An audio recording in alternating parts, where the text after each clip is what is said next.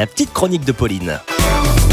Bonsoir à tous, nous voici à la 25e édition des apéros entrepreneurs à Charleville-Mézières en présence de Céline. Bonsoir Céline. Bonsoir. Salut. Et puis de Laurent. Bonsoir Laurent. Bonsoir. Alors tous les deux sont co-animateurs des apéros entrepreneurs depuis le mois de septembre 2014 et peut-être qu'ils vont nous raconter l'origine tout simplement des apéros. Qui veut en parler d'abord?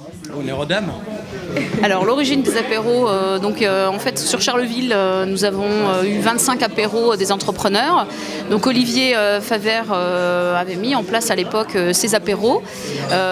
Et aujourd'hui avec Laurent, nous les avons repris. On a repris l'animation de ces apéros donc depuis le mois de septembre.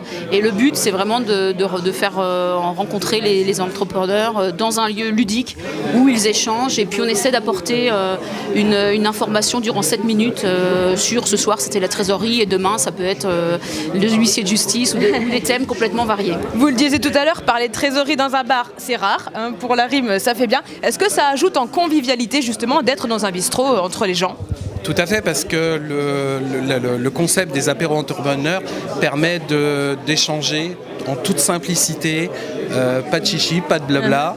Et, zéro tracas. Voilà, c'est ça aussi.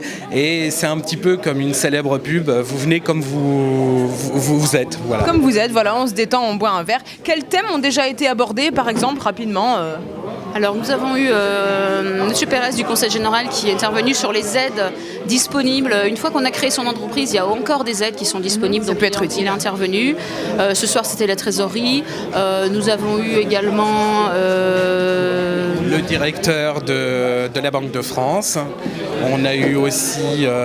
tout un tas de choses diverses et variées. Il y en a eu tellement 25, on ne va pas tous les citer bien sûr. Et dernière question, est-ce que ça permet peut-être aux gens qui sont présents de faire des affaires entre eux, de lier du réseau, de se rencontrer et peut-être pourquoi pas de signer des contrats entre eux tout simplement?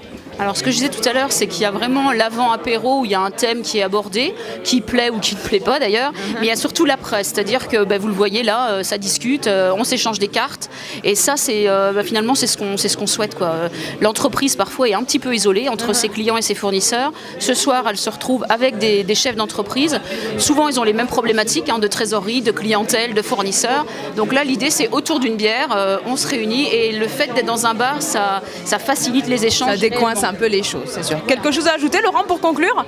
Je crois que tout est dit. Elle est brillante, elle est brillante. C'est pour ça qu'on les adore. La prochaine date, peut-être, du prochain apéro? Oui, c'est le jeudi 4 décembre, dans un mois. Ok, on se donne rendez-vous ici avec un thème qui vous sera dévoilé ultérieurement et on espère être de plus en plus nombreux. On est environ une trentaine par soir. Oui, c'est ça, à peu près, oui. D'accord. Une bonne soirée à tous. Salut. Ciao.